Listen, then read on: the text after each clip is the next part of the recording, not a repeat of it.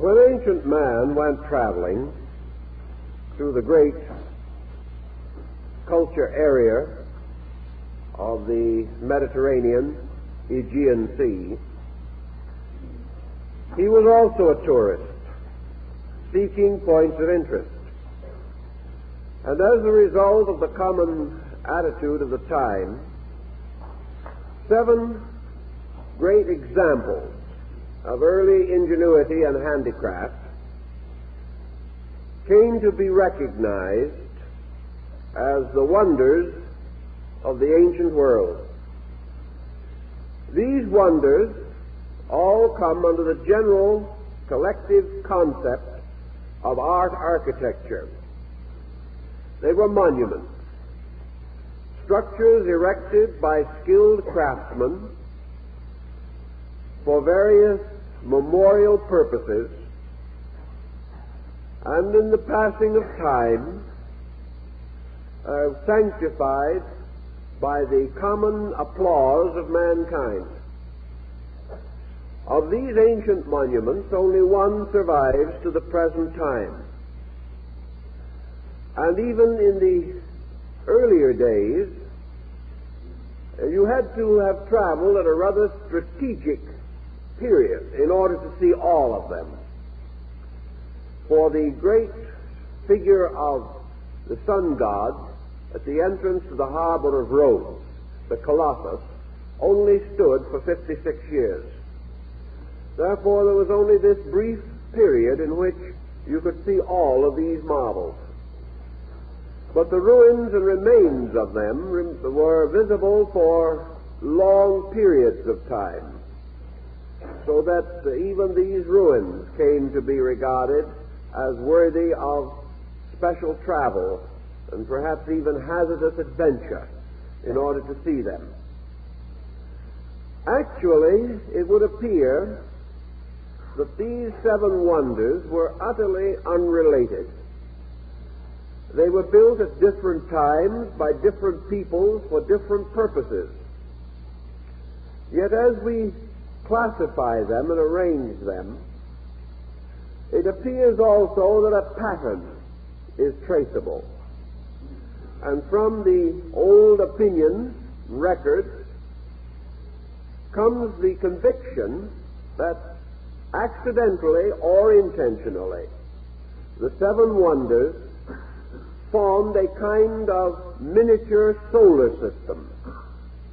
That these monuments actually did not overlap in their meanings and purposes, and though built by entirely different groups, they formed a complementary arrangement, actually sacred to the 7 planets recognized by the ancients.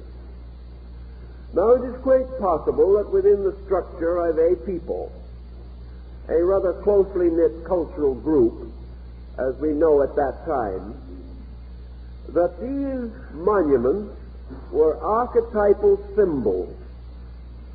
They represented one of the earliest expressions of man's instinct to externalize concepts and ideas within himself.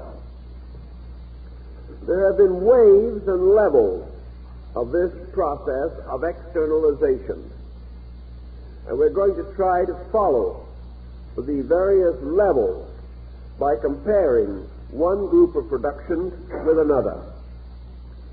If we may assume, therefore, that as archetypal dreams arise within man, and these dreams take on symbolic forms, that the great accumulation of structures known as the 7 wonders actually represents a 7-fold symbolic dream coming forth out of man at an early age of his culture, and having a real and deep meaning that survives in the life of modern man. Even today, under certain psychic intensities, the individual will have archetypal and architectural dreams. He will see temples and palaces and monuments and towers even as symbolic of his own psychic nature. And it is quite conceivable that the psychic or folk pressure of man at one time produced this tremendous monument-building intensity.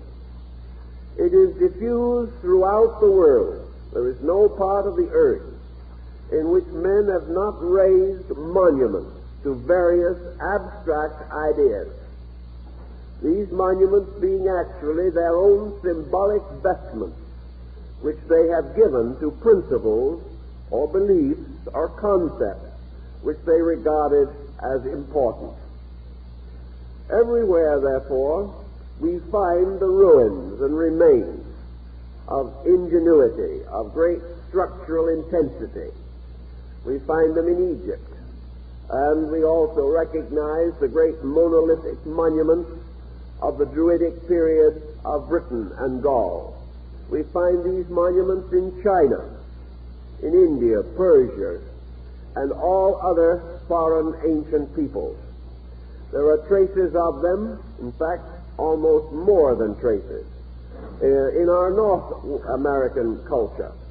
And in the Central American and Southern part of our hemisphere, there were magnificent architectural achievements, bearing witness to some kind of a forming pressure in man. Thus, architecture comes very close to archetypes, and nearly all archetypes as concepts within man have their architectural expression through the great basic arts and sciences which also arise within the individual. So I made a little list here of a number of parallels concerning these pressures in man, relating them to the original group of monuments and extending the patterns through the ages to represent man's moral and ethical growth. And perhaps we do have here some key or some clue to something of value. Now, of course, after we leave the ancient monuments, which are held in common esteem, we enter a controversial series of patterns. In preparing later septenaries, many different structures could be selected. It would not be necessary to select merely the ones which I have more or less chosen. On the other hand, whether we select differently or not, we are selecting from the same fields of human activity. We may choose one building as more significant than another, but the tremendous symbolic pressure behind the concept of monuments remains regardless of the particular choice. We may also advance different branches of learning, but if these be correctly advanced, they seem to form a basic pattern, indicating how man operates from within his own nature. And as the patterns continue on down to the most contemporary activities of man, it seems that they may have some definite value for us. Now, the original group of ancient monuments were unquestionably dedicated to various deities, or to the attributes of deities as represented in the heroic achievements of human beings. The first of the great monuments in its natural concept order would be the Colossus of Rose. This is the figure that stood at the entrance to the harbor of the city of Rhodes in ancient times, existing and standing for some 56 years, and afterwards, having fallen, remaining as a fallen wonder for several hundred years.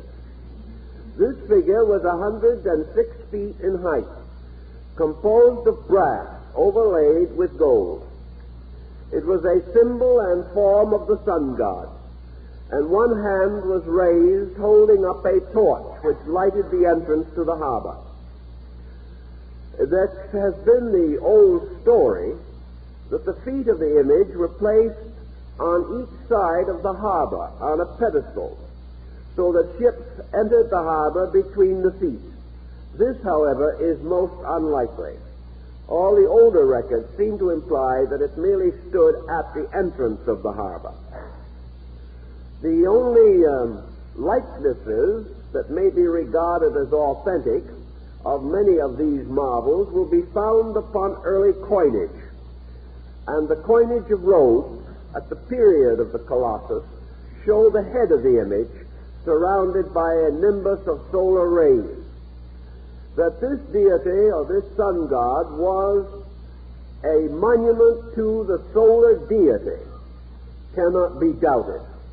Therefore, we start our series or sequence of images and monuments sacred to the planet. There could be no doubt about the first of these. Later, the great confederation of communities and cities that worship the deity Diana resolved to unite together and form a common center of worship. Ephesus was selected for the site of this great temple, and the several states united to construct the second of the great wonders, namely the Temple of Diana at Ephesus. This is regarded as one of the most beautiful monuments ever created on a religious level. It not only represented the adoration of Diana, the goddess of the moon, it represented an early effort at adoration through union, through the coming together of different peoples, and the creation of a sanctified ground in which many persons of different political groups could unite in the worship of their deity. This building was destroyed by vandalism, and it is said that it was brought to ruin by a madman who conceived that if he burned this temple, he could never be forgotten by history. His villainy would make him immortal.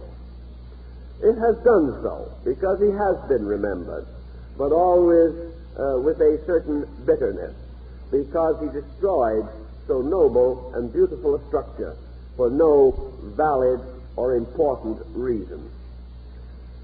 The third monument that we should mention was created by the artist Phidias. After his exile from Athens, he went to Olympia, and here he created his great figure of the Olympian Zeus, the largest and most impressive of the religious figures of ancient Greek worship. This Zeus was a seated figure within a great temple and carried in one hand a scepter and in the other hand a globe surmounted by the figure of Minerva or Athena. The figure was composed of some unknown substance, perhaps metal, perhaps stone, but it was overlaid over the robes with pounded gold, and the face and hands and exposed parts were made of ivory. It was a magnificent achievement in the art world, and by the name of it and by the very circumstances, it is obvious that it was intended to represent Jupiter, one of the great family of planets, one of the great gods. And it is interesting that in these seven wonders, there are no two dedicated to the same deity or to the same concept. Therefore, the evidence that some pattern, organization, or order was beneath the grand conception. How such a pattern could have come into existence might seem strange to us. But in those days, the creation of monuments was restricted to a group. There was a group called the Dionysian Artificers. They were the initiate priest artisans of the temple of architecture. They were set aside by obligations and oaths. They were bound to secret knowledge and lore. And regardless of who employed them, it seems that the idea for the seven wonders must have originated among such a group. And as this group extended its influence throughout all the areas where these monuments stand, it is quite possible that they were the organizing power which brought these monuments together into a pattern. and that they had resolved to glorify the universe. And as various commandments or commissions came to them to build, they introduced the necessary symbolism, perhaps without even the knowledge of those who commissioned the buildings. It is very possible that the entire procedure was due to this group of initiate builders.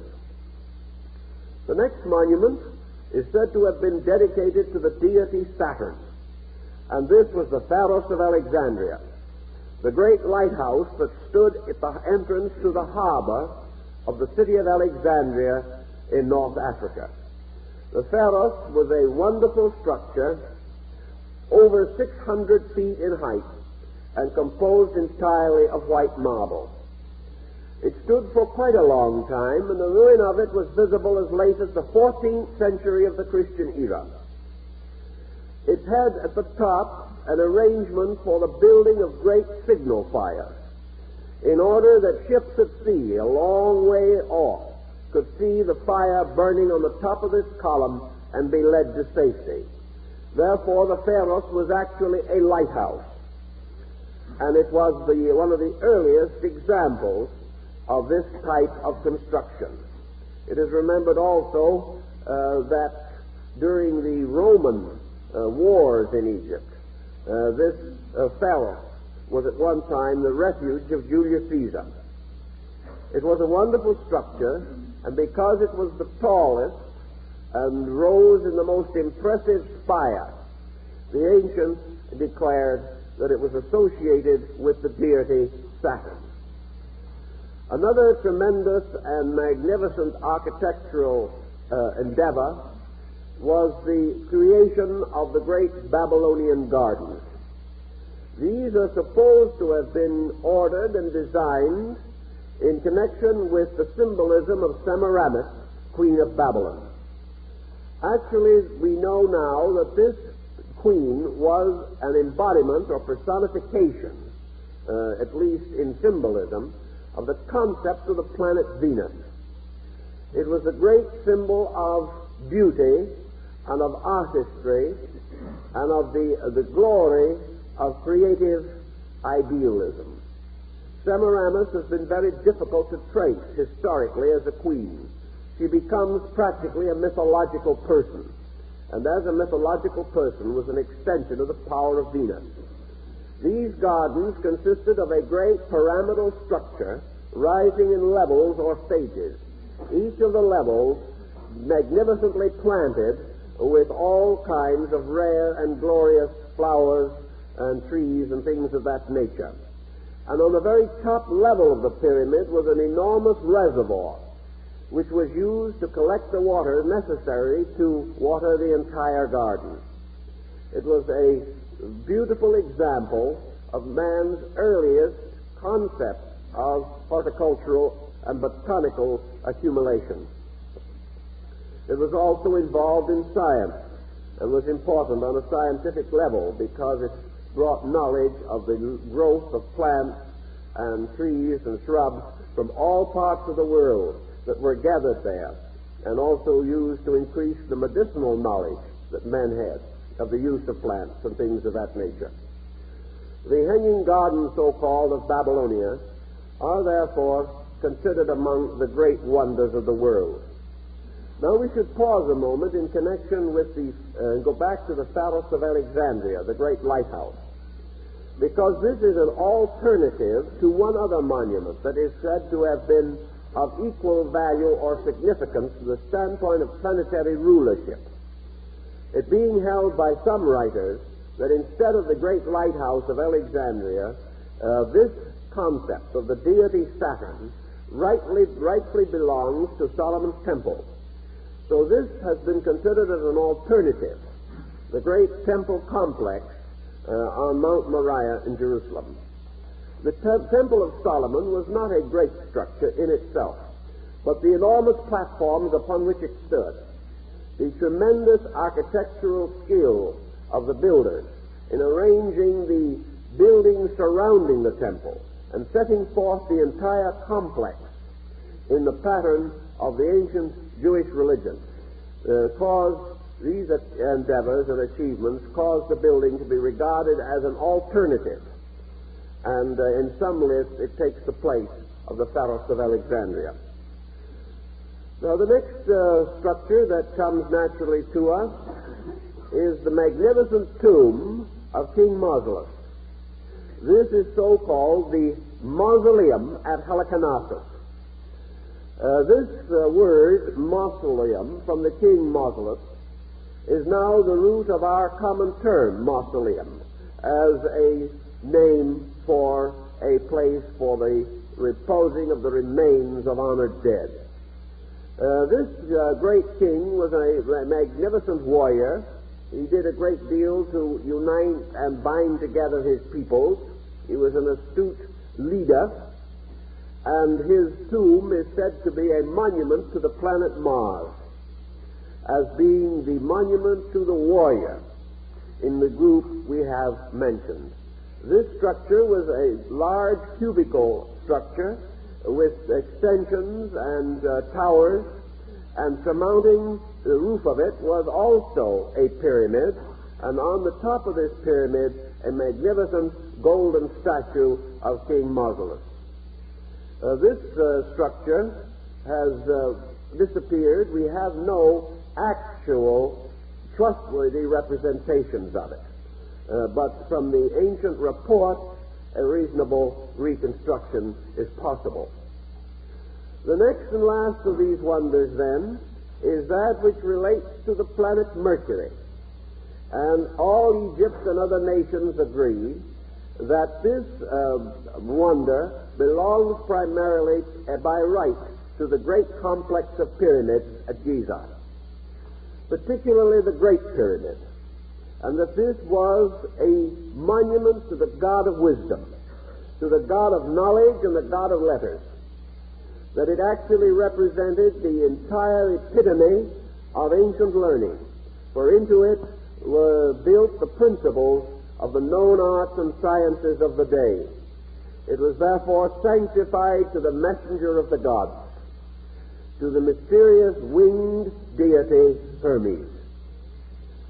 If we consider this group, then, we observe that we have a pattern, a very well-defined, organized group of symbols, that they form a kind of cluster. And while, of course, in ancient times there was much travel necessary between them, if we look at them from today, they are only in a comparatively small region, brought together with an amazing amount of ingenuity. Now, there were other great buildings of the old world, but they have never seriously competed with these.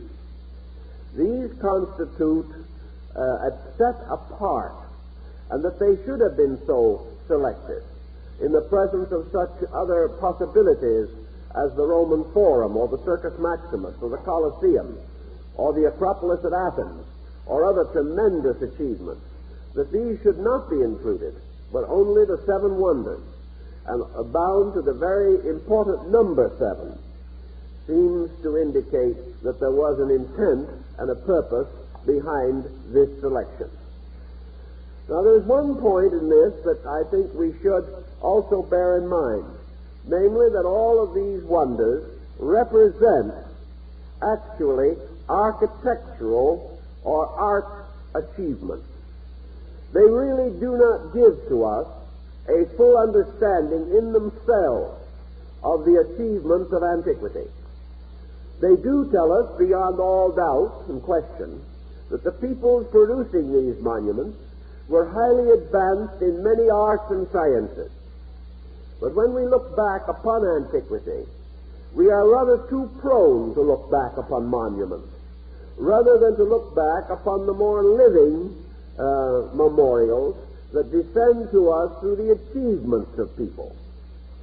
Therefore, paralleling these 7 with equivalence derived from the intellectual and moral life of man, we come to another great group of contributions by which antiquity is remembered, monuments that stand perhaps even more powerfully than the symbolic shrines that we have described. So I made a list here of some of the other contributions in relationship to the seven wonders. So we can take this particular group. We can parallel the seven wonders with seven forms of learning to which we are peculiarly indebted to antiquity. As the most obvious and direct reference to the planets and to the luminaries is found in the Colossus of Rose, which was the sun god. We can also find that we can parallel this statue with a great science that came down from the past, namely the science of astronomy. The Colossus of Rhodes gives us an archetypal concept of astronomy. By its structure and by its integration, the temple of Diana of Ephesus, the lunar temple, parallels music. The great Phidian figure of Zeus, the Zeus of Olympus, under the planet Jupiter, gives us the archetypal structure of law as jurisprudence or legislation. The Pharaohs of Alexandria, the great lighthouse of Saturn, the tallest and the most illuminating of all the monuments, mathematics, the mother of sciences, the beginning of organized knowledge. Outstanding in the system also, the temple or memorial of King Margulis, the Mausoleum of Heliconasus, under the rulership of Mars, ties to the principle of architecture and the hammering and cutting and chiseling of stone. The marvelous structure of the hanging gardens of Babylonia bind with the concept of art, and the pyramid ruled over by Hermes with his caduceus reminds us also of another great art of the ancient medicine. So out of antiquity we have secured not only these ruined physical monuments, but we have also received psychological monuments, monuments upon which we have built as foundations, but we are indebted to and dependent upon the skill of ancient man for the foundations of all sciences and arts known today. So the seven great arts and sciences of the ancients, astronomy, music, law, mathematics, architecture, art, and medicine, constitute another heritage out of the past, a heritage of enduring human achievement. Now we also know that the ancients gave us not only this concept of sciences and arts, but a directive in connection with the use of them.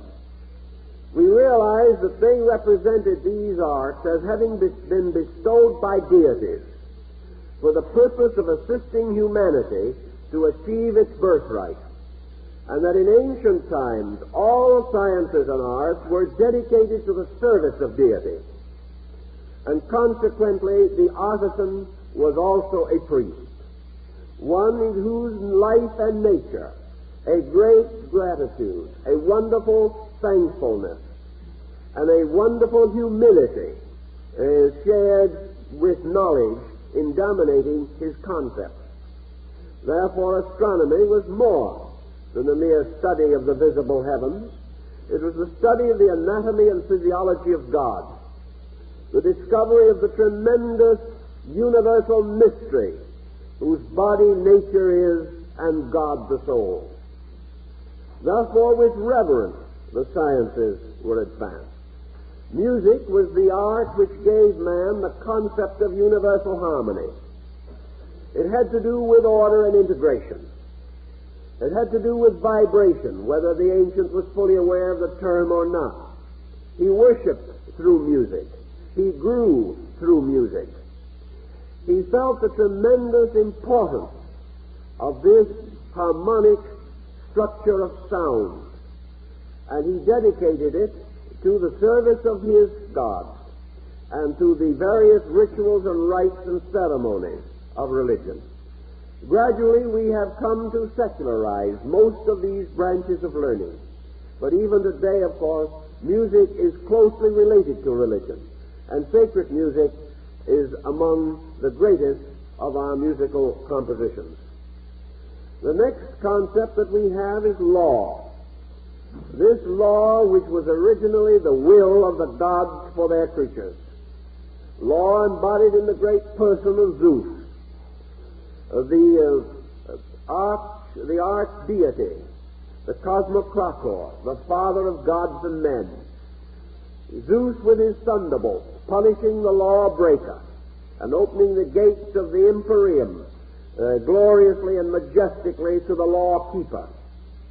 That the universe was an orderly thing, that the conduct of men must be orderly relationships, and that the individual who breaks the law of human integration must ultimately suffer.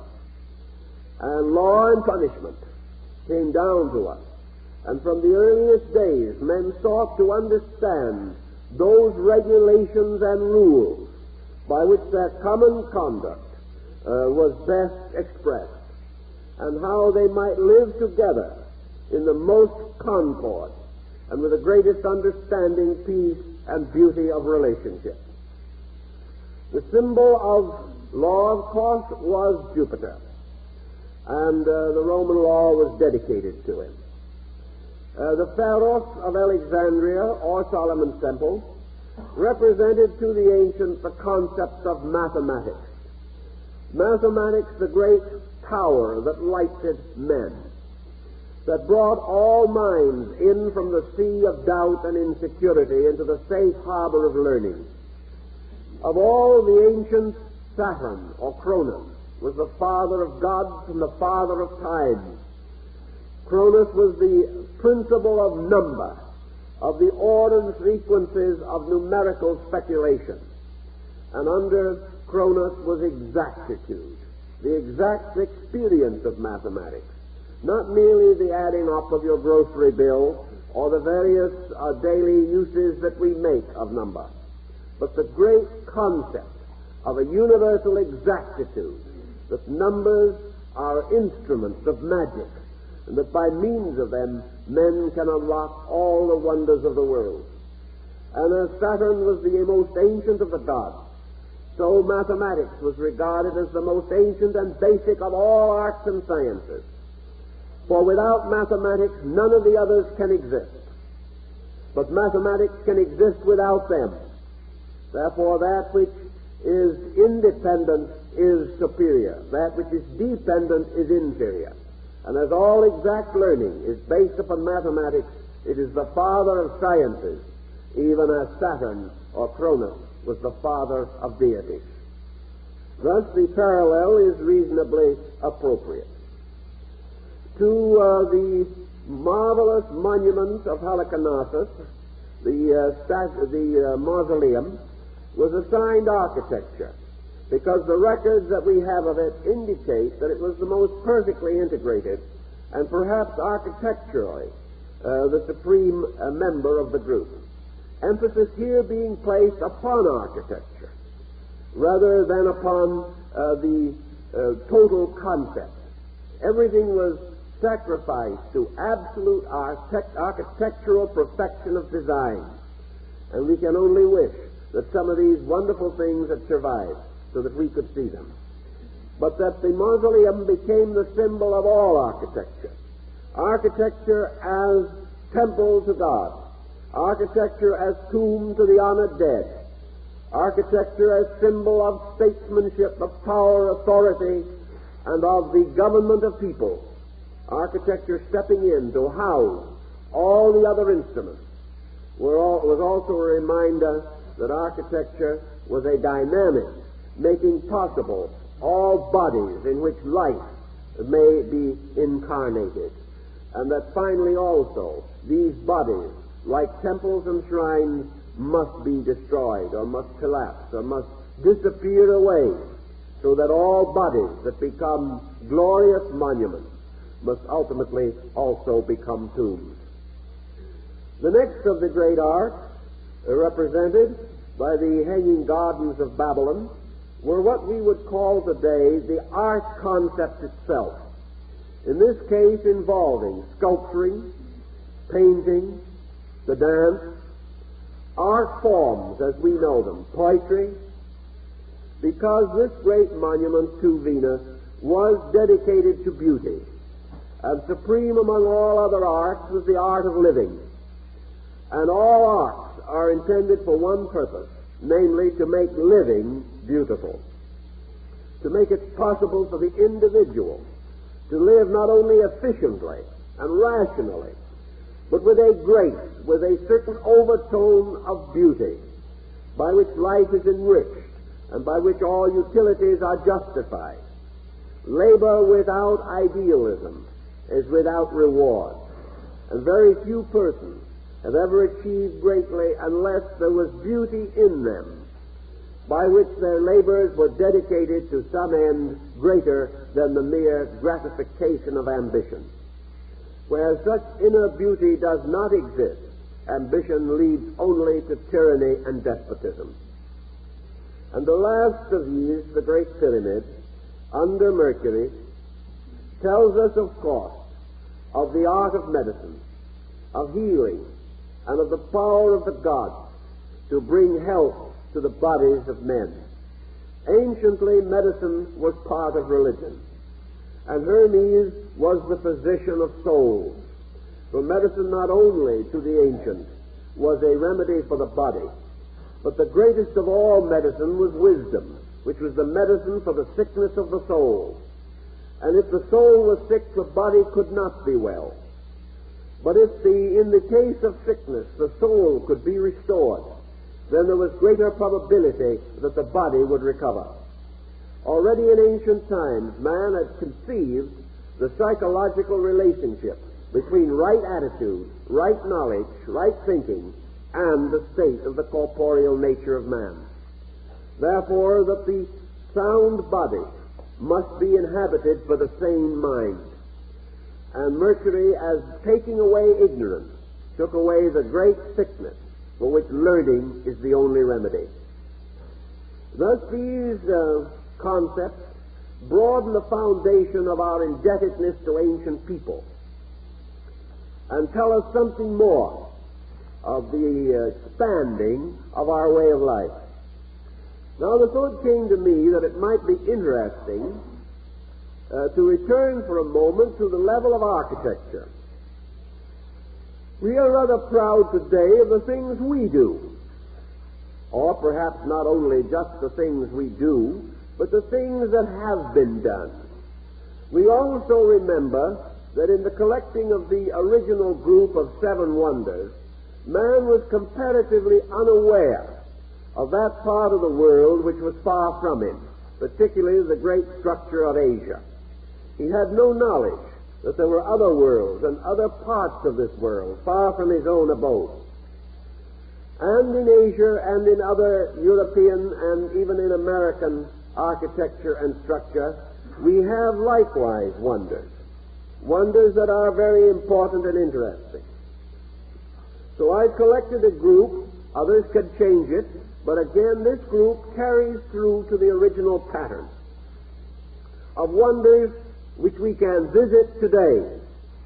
A few cases we may have to wait for more auspicious political situations, but the monuments still stand and are available to us, and most of them we can visit. Strangely, we have more or less picked them out ourselves, and nearly every tourist guide, nearly every fragment of literature about foreign countries features these. Features them perhaps as ancient man instinctively selected the old wonders. And in arranging them, we find they make very much of a pattern, because they are not so different from the group that we originally had. We remember the Colossus of Rose, standing with torch raised at the entrance of the city of Rose. We can hardly miss the analogy to the Statue of Liberty, which also stands with torch raised facing the sea, just as in the case of ancient Rome, and is certainly to be included among the wonders of modern architecture. A monument to liberty, as the older one was a monument to life. And to us, liberty and light are very closely involved. The great sanctuary of the ancient world, the one where the peoples came from everywhere to pay tribute and to enrich the shrine of the great lunar deity, mother of mysteries, Diana, goddess of the Ephesians, the mother of life, the marvelous principle in which the ancients recognized the mother who was forever a virgin. And this was the temple of Diana. And it does not take a great deal of imagination to conceive its parallel in the greatest religious monument of the modern world, the Vatican at Rome. Dedicated also very largely to the Mother of Mysteries, dedicated to the World Virgin, and of course adorned and decorated as was the Temple of Diana with the wealth and treasures of countless peoples. The tremendous architectural achievement of the Vatican is undeniable, and the magnificent accumulation of treasure there is almost the same as we hear in the description of the great temple of Diana at Ephesus. Now, we are looking always for Zeus or Jupiter, as the ancients said, to bring us a great mass and weight. And at the very moment of its dedication, the planet Jupiter ruled one of the greatest structures of modern engineering, and that is the Empire State Building in New York, which was dedicated by the then Governor Alfred Smith at the very moment of the dignification of the planet Jupiter. It became the symbol almost of our whole way of life, for everything we do has to be bigger. It may not always be better, but it will be bigger. And this tremendous monument of modern industry, this tremendous symbol of modern architectural efficiency, the largest and highest of our achievements, the concept of the Empire State Building as a wonder of the modern world is not unreasonable. Then we think of the great temple of Saturn, the Pharaohs or Lighthouse of Alexandria, and we remember the consternation caused in the last century by the tower that no one believed could be created, and which once created no one believed anyone would ever understand, and that is the Eiffel Tower in Paris. Still a symbol of man's early engineering skill and one of the most ambitious and incredible achievements of its own time. We then find another important concept. The Mausoleum of Heliconasus was under Mars. What is the great mausoleum or the great architectural monument today that parallels it?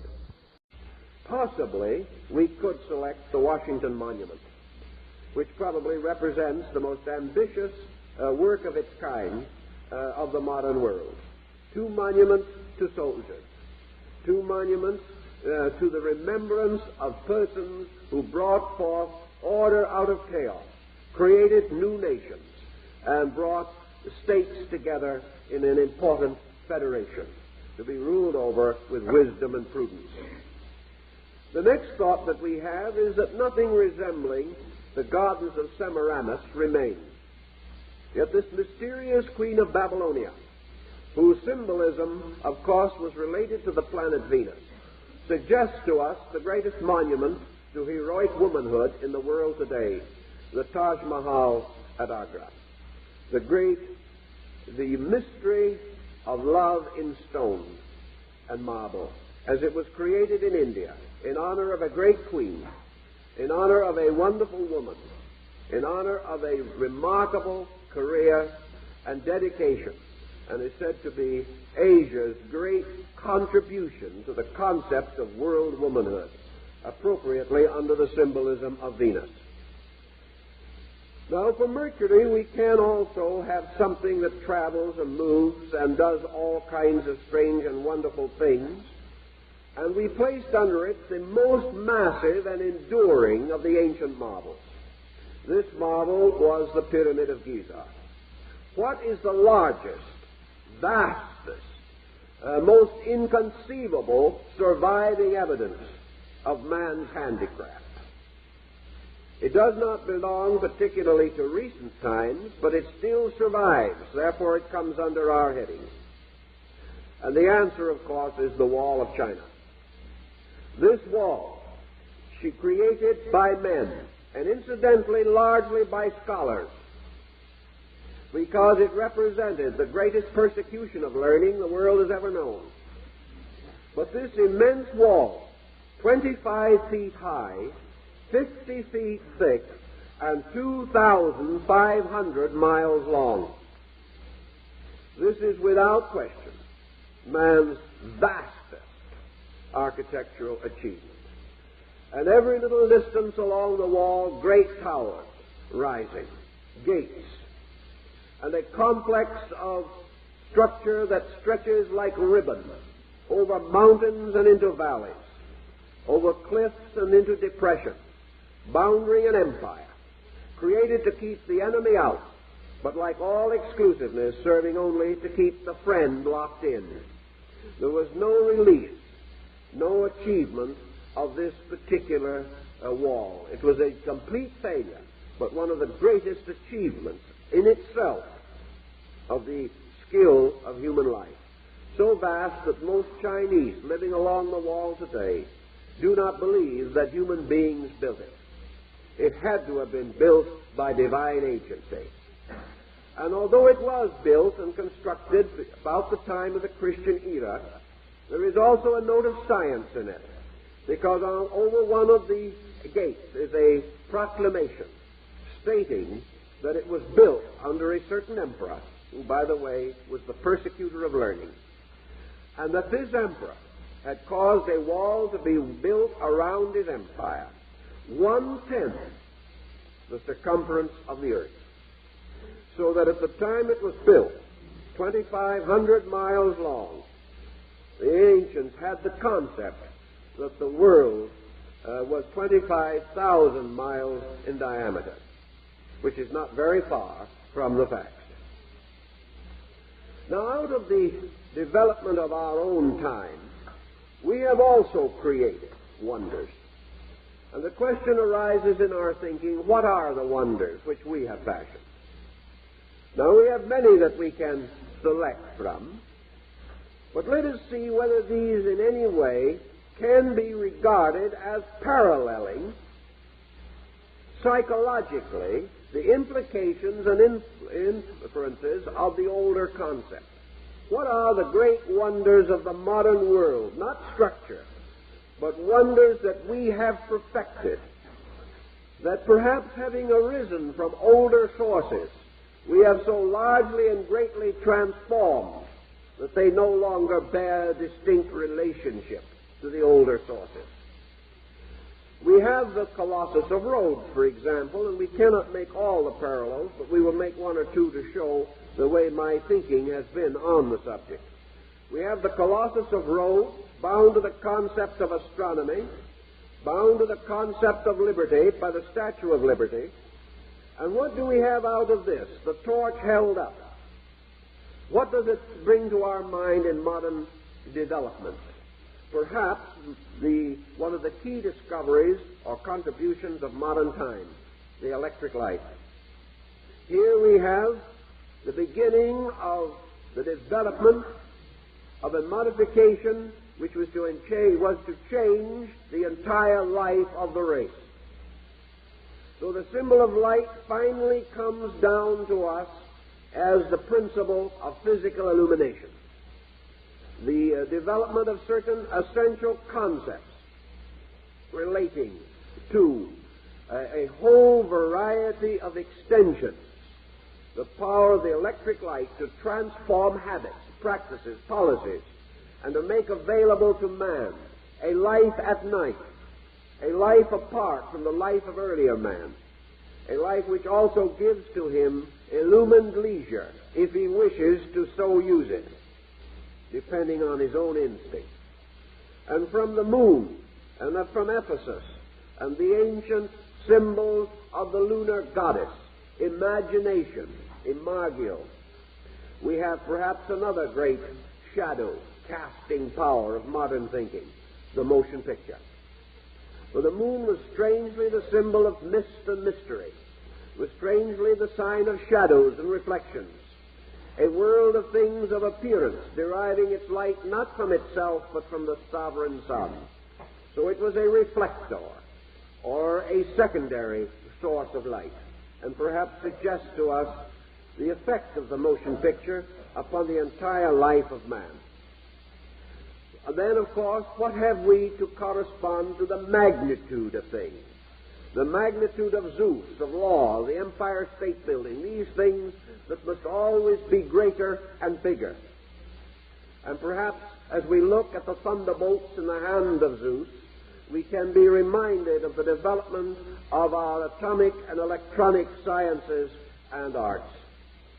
The rise of a great system which can, under loving and intelligent skill, become a wonderful servant of mankind, but certainly one of the stupendous achievements of modern man. Now Saturn, representing the ancient principle of mathematics and the lighthouse that guides the Tour Eiffel or Eiffel Tower, and the development of a certain concept, a concept of bringing a certain kind of light to man, may be paralleled by a department of knowledge which has been always associated by the medieval people with the deity Saturn, and that is the invention of printing. Printing is one of the most powerful forces known to modern man, not available to the ancients. By means of printing, the world of the mind has opened as it could not in any other way be opened.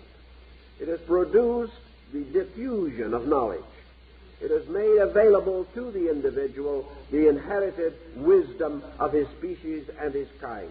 It is a mighty tower rising to carry upon its top the blazing symbol of enlightenment.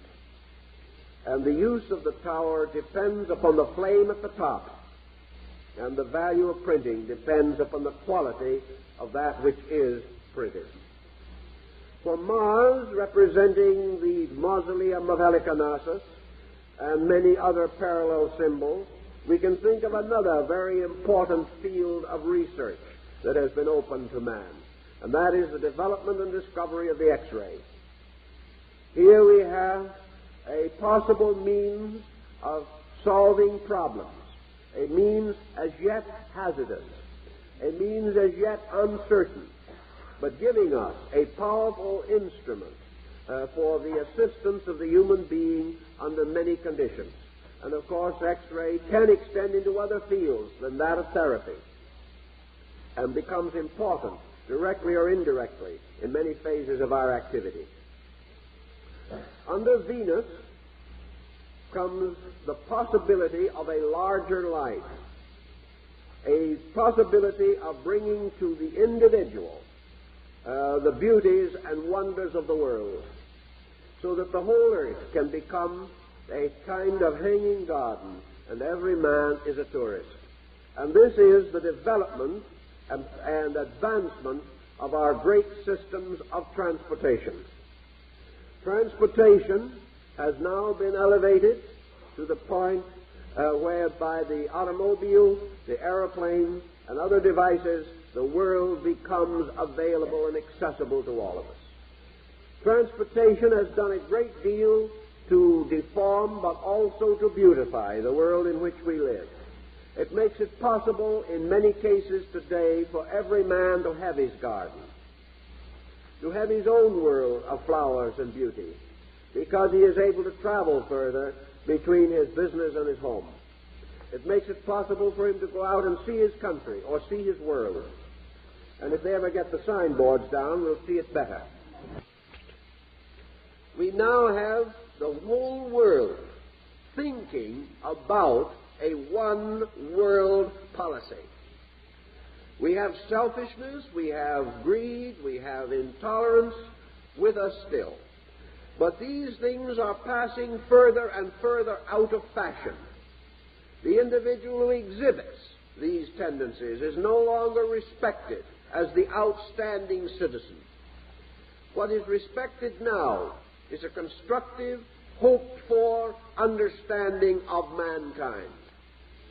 Therefore, it would seem to me that this vision, supported by vast economic structure, actually receiving the major cooperation of many peoples and many levels of integration, that this organized concept of world peace is one of the wonders of the modern world. It is something long overdue, but gradually coming to be done. And by it we are divided from ancient man, who may have had the dream, but had not the ability or the perspective necessary to bring this dream into objective manifestation. We have brought the dream into the world of realities as we know them, material, intellectual realities, and we are fighting to make it work. We are struggling to bring this concept to maturity. Now we had the moon, Diana of Ephesus, music, the Vatican motion pictures. Here is the entire lunar pattern. And what have we today achieved as our great offering to the Lady of the Mysteries? I think the thing we have to offer is something that is paralleling, whether we realize it or not, the labors of world peace. We are merging into a gradual concept, which is now a birthright, the concept of interreligious tolerance, the possibility of religions meeting as such, the gradual emergence of man's instinct to comparative religion, the emerging of the instinct to recognize that other faiths have a right to exist, the moving away from the exclusiveness of a religious position to its increasing inclusiveness, as exemplified by the recent series of articles in Life magazine and many other articles being published constantly, pointing to the possibility of the faiths of men becoming a basis of unity between peoples, rather than a constant source of disunities. The ancient world, Pythagoras knew this unity. Others have known it also.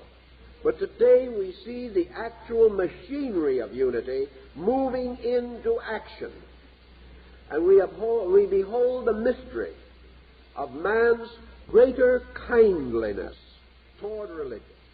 And with each passing year, a greater willingness to explore and examine the building of bridges between faiths.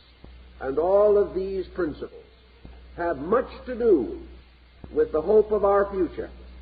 And here is another wonder that has emerged from man, part of the archetypal pattern that had to come forth in the course of ages. Now our great deity Zeus, personifying Jupiter and law, tied up with the great architectural achievements, also tied into the development of atomics, brings us face to face with the great development of the concept of Zeus, namely the concept of administration. And here we have come to another tremendous step, namely constitutional democracy and universal suffrage. These things existed in small fragmentary areas in the past, but never before have we seen the concept of the rights of man developed and unfolded as in the last 300 years of our world existence. Here we have the concept of government by the people, for the people, and of the people. We have a tremendous group under a certain amount of pressure today, it is true, but still this pressure, even in itself, being asserted by other groups in whose actual existence socialized principles are also present, although perhaps at the moment disfigured. But the great motion toward the right of the human being, the great motion of the political equity of peoples, the rise and recognition of the right of all men to their place in the sun, their opportunity to direct or to share in the administration of their own destinies.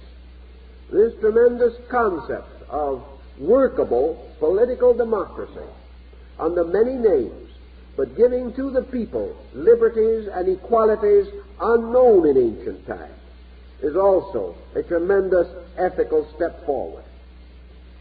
We know that the Pharaohs of Alexandria, under Saturn, the symbol of the old one, mathematics, the Eiffel Tower of printing, we have all these different levels. And then we have this concept of Saturn, concept of the aged, coming forward to us in another great development that has come to us in many cases in the memory of the living. And that is the rise of the whole pattern of the security of man in his advancing years. Old age security of various kinds, endowments, insurance, and even national intervention. The gradual development of a protective economics for the old. A gradual recognition of the right of the individual to the dignities of existence. A right ignored by most of antiquity. This gradual protective mechanism, with its faults, with its mistakes, but with its great hope behind it, has emerged and is fighting its way toward gradual integration and rationalization. We have the advantage over what was the absence of our present attainment. We have yet far to go, but the gradual development of securities, security for the young, security for the unemployed, security for the aged, these things are here, and they are here to stay, and they are here to grow and to develop, and they represent a tremendous thing which in terms of the ordinary probabilities of life is little less than a wonder, something that is almost inconceivable in the light of ancient ways, but to us is becoming familiar and generally acceptable.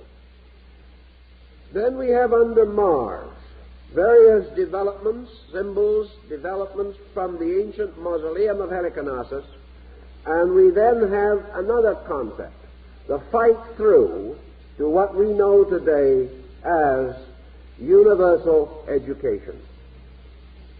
The power of universal education is something that is to be reckoned with.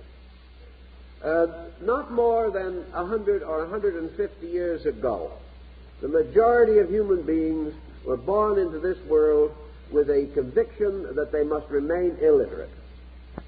And while today we still have a great deal of illiteracy, more than we realize, still the struggle toward universal education, the extending of the privileges of education into the most remote parts of the world, this struggle goes on, moved and fired and impelled by something within man himself.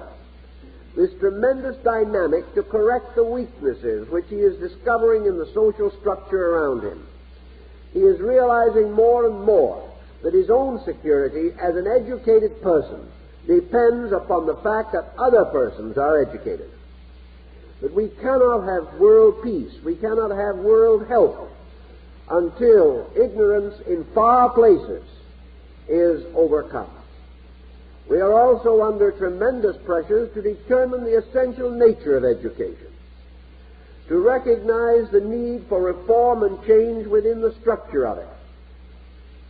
But regardless of these changes that must come, and they will come also out of this same pressure within man, we have made an achievement which would have been incredible to antiquity, namely that we have advanced education until it is no longer limited to classes, that it is no longer limited to groups or levels, but that a certain amount of education in our Western way of life is now compulsory, and that the individual is destined and inevitably foreordained to have a knowledge as his common birthright, which would have been the admiration of his ancestors.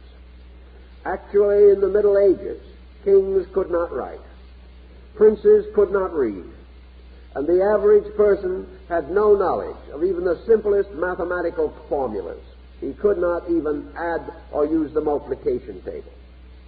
Thus it is important to realize that in a short time this has been transformed, not in the terms of 10,000 years, but in the terms of 500 years. Man has greatly and wonderfully advanced his abilities and created a concept in himself which he must live up to. And it is this group of concepts with which we are primarily concerned at this moment. Under Venus, the hanging gardens of Babylon and the wonderful reservoirs for the watering of these gardens comes something else, and that is the complete structure that we have today of public utilities and sanitation. Here again is something we have never known before in the history of the world. The lack of these facilities prevented the ancient world from developing cities, and it was not until Vitruvius created the aqueducts in Rome and designed the sewers that Rome could even begin to be a city. We also realize that as late as the 15th century, the average city of Europe had no sewers. That in the 17th and 18th centuries, London had no public sanitation. And up to very recently, of course, with the development of our principles of scientific knowledge, only very recently have public utilities come into existence even as a concept. But these things have advanced our way of life in numerous regards. We are no longer decimated by the bubonic plague. We are not like Europe in the 13th century where 25 million died together in a few months, nor with Europe between the 13th and the 16th century where in 300 years 2/3 of European civilization died of plague.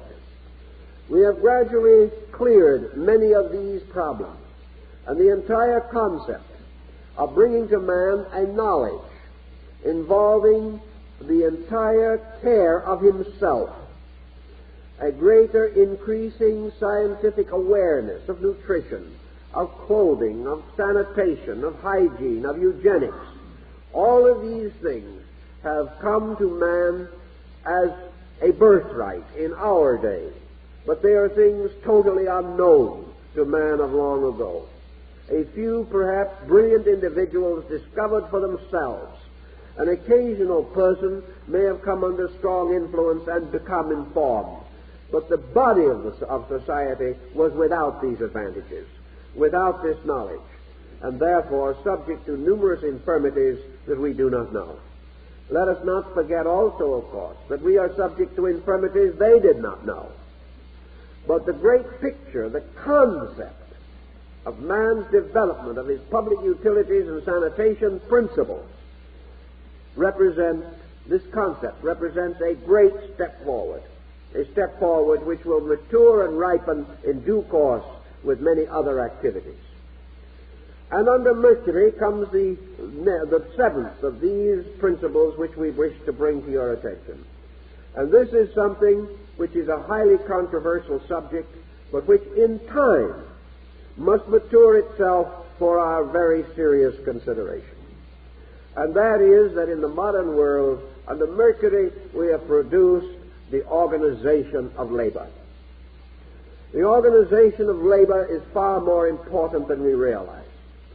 For until man was able to socialize and integrate his working concepts, his entire cultural life had to be sacrificed to the interminable processes of work and activity.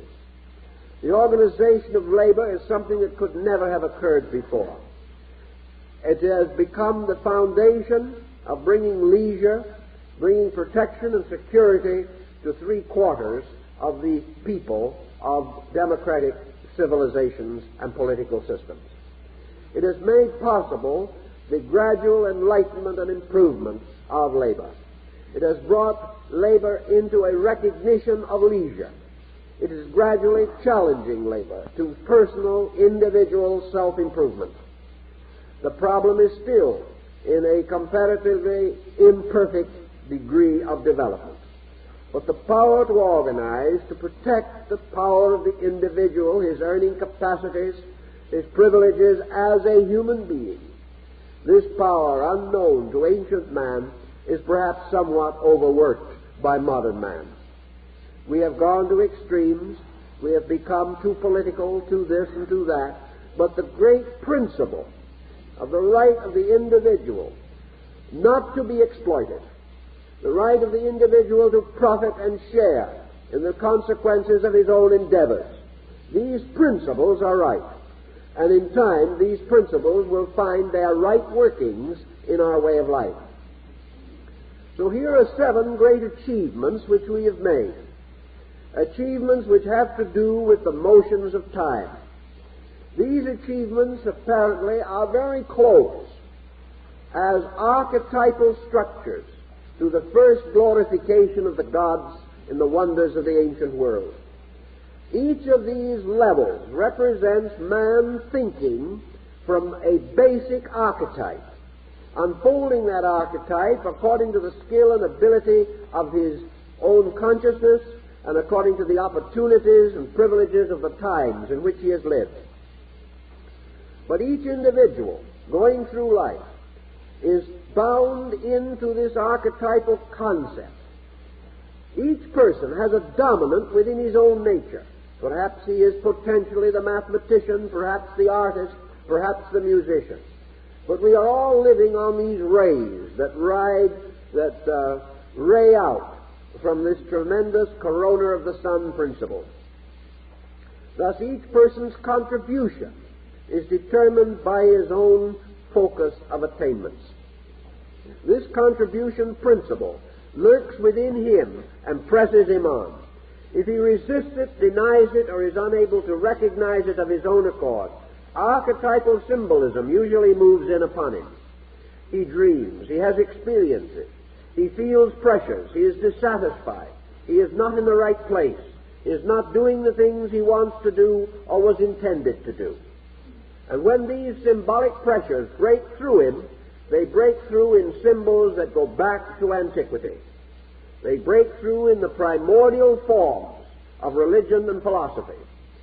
Therefore, the understanding of these forms will help him to imply or to apply and extend these symbols into their utilities, into their practical uses in his modern way of life. So each one of us is in a way a builder of wonders. Each one of us perhaps is attracted to one group of wonders, perhaps is attracted to one of the divisions of the ethical achievements of mankind. Perhaps we are not sympathetic with all of them. Perhaps we feel that some of them are not what they should be. We are drawn to one and find it impossible to understand another. Yet actually within our natures we are likewise seeking equilibrium. And one of the reasons for tension and stress in human life is this inability to commonly appreciate the good in all things.